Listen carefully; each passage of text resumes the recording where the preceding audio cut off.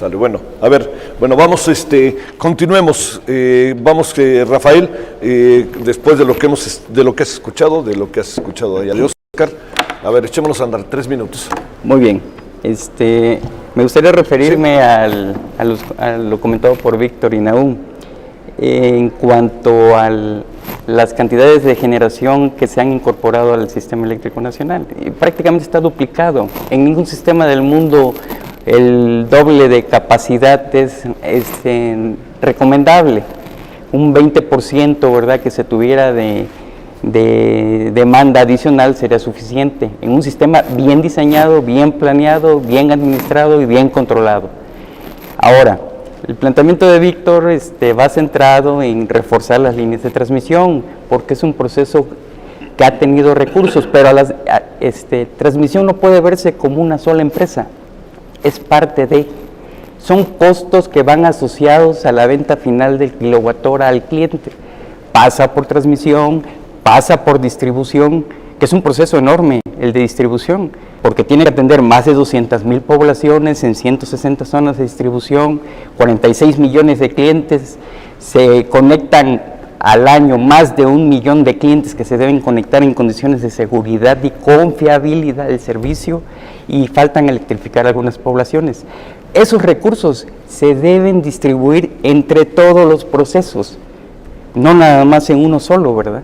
Ahora, aquí yo preguntaría, ¿qué es lo que va a aportar la iniciativa privada para enderezar lo que ya entró en operación, que es excesivo? Y ahora otro punto también que es importantísimo, es lo que ha soportado realmente la intermitencia de los sistemas renovables, que no estamos en contra de ellos, que quede muy claro, son las plantas de CFE. Eso es lo que ha soportado la operación del sistema. Entonces debemos pensar en que la planeación debe ser ordenada, pero de principio a fin, como lo haría cualquier empresa. Ahora, si perdemos la producción de energía, que es la generación, ahorita ya la iniciativa privada genera más del 60%, ahí hay algo de utilidades para la CFE. Si perdemos los grandes clientes, que son casi 80,000 ya, que se han perdido, grandes consumidores de energía, que es parte de los beneficios que obtiene la CFE por ventas en bloque, esos beneficios ya no los tiene CFE, los tiene el privado que está generando y que está porteando la energía hacia esos servicios, ¿verdad? Claro, a veces ni siquiera la pagan, que eso es lo más grave de esto, ¿verdad? Entonces, CFE no produce y vende poco, simplemente va a la quiebra. Eso es lo más dramático de esto. Si no, se ordena y se aprueba la iniciativa. ¿La iniciativa lo contempla esto? Sí. A ver, vámonos, Oscar, cerremos. Una reacción muy rápida a esto es, creo que los 4 estamos de acuerdo en el papel fundamental central que hay del Estado en la planeación del sistema eléctrico, pero hay que definir muy claramente que la CFE no es el Estado mexicano. El Estado mexicano tiene la rectoría sobre la planeación a través de distintos instrumentos, a través de la Secretaría de Energía con Prodecen, a través de un regulador independiente, a través de un operador del sistema independiente que es el SENACE. Así es como se da la rectoría del Estado. Y en la parte de la generación eléctrica, por ejemplo, y regresando a la pregunta de Javier, ¿qué es lo que le importa al ciudadano? Al ciudadano le importan 3 cosas de su energía eléctrica: que sea confiable, que tenga un buen suministro, que sea limpia y que tenga precios competitivos. En el fondo, ese debe ser el objetivo de política pública. ¿Y cuál es el mejor esquema para garantizarle eso al ciudadano?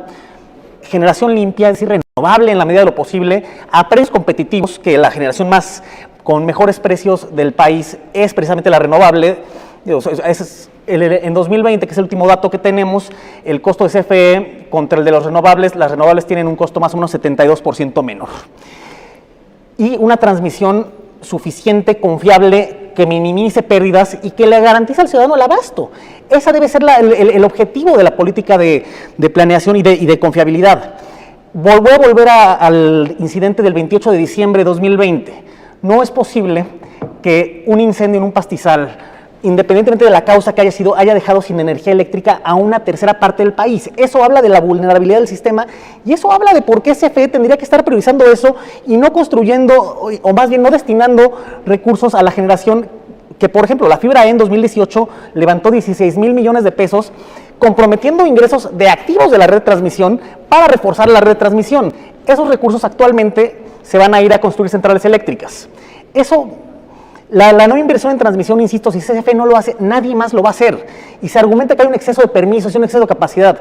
Bueno, yo me preguntaría, si hay un exceso de permisos, ¿por qué la principal prioridad en las inversiones de CFE está siendo licitar 6 centrales nuevas de ciclo combinado y el parque solar de Puerto Peñasco por un gigawatt para 2028? Es decir, hay un problema en la generación, hay que incentivar más generación, sin duda. Hay que retomar el programa de retiro de centrales para sacarlas más obsoletas y costosas también. Se requiere renovar y expandir el parque de generación.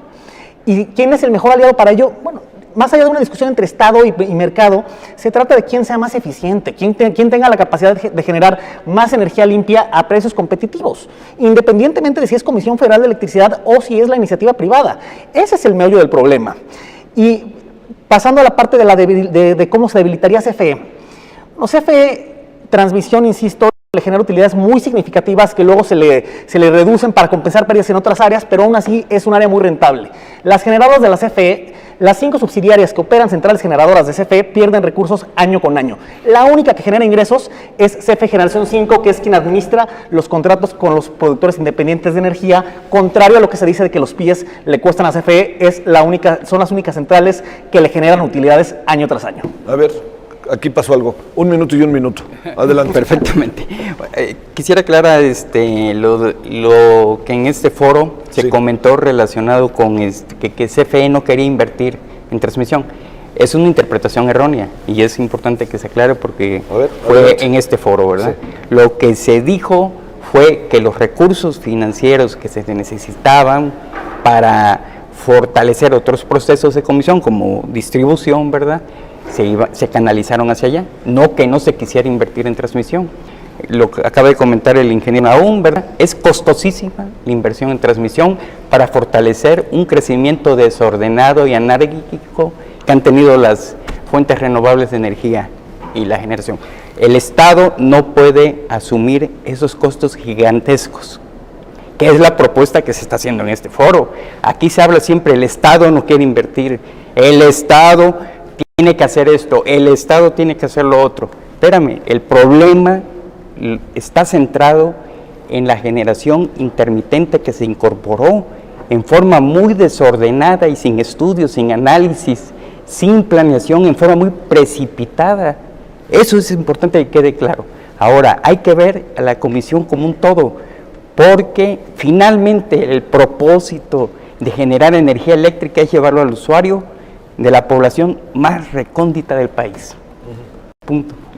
Y para el usuario es indistinguible si es energía verde, si es energía... lo que necesita es energía eléctrica para poder refrigerar sus alimentos, para poder tener sus medicinas, para que las tiendas tengan disponibles los productos. Eso es lo que necesita el usuario. A ver, Oscar. En primer lugar diría que estoy de acuerdo con Rafael, el Estado no puede hacerlo todo. Precisamente eso es lo que pretende hacer esta iniciativa, que el Estado haga todo. No existen recursos que alcancen para todas las inversiones que se requieren en materia de transición energética, en materia de confiabilidad del sistema. Por eso se debe de utilizar las fuentes de financiamiento y las fuentes de inversión que hay en los mercados abiertos, por ejemplo, en la generación eléctrica o inclusive en el suministro básico, por ejemplo. Y el Estado debe de priorizar las inversiones donde solo el Estado puede hacerlo, como en CFE Transmisión.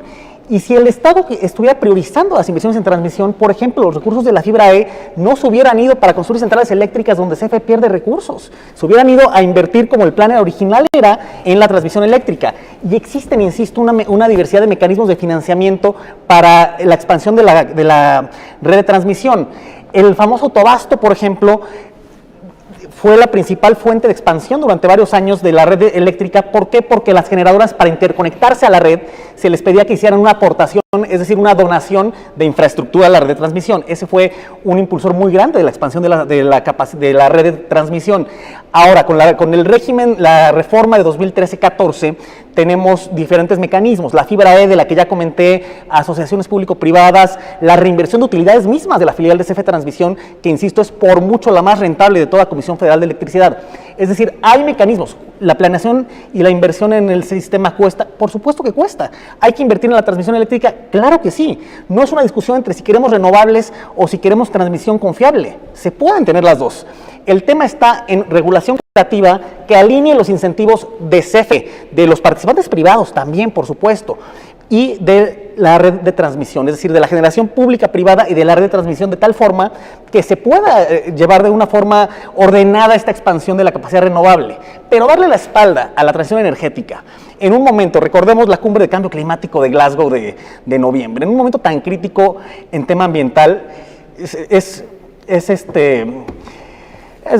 darle la espalda no solamente a las finanzas de la CFE, no solamente es debilitar a la CFE, sino también es ir en contra de donde va el resto del mundo. Y ahí hay una pérdida no solamente de medio ambiente, sino económica.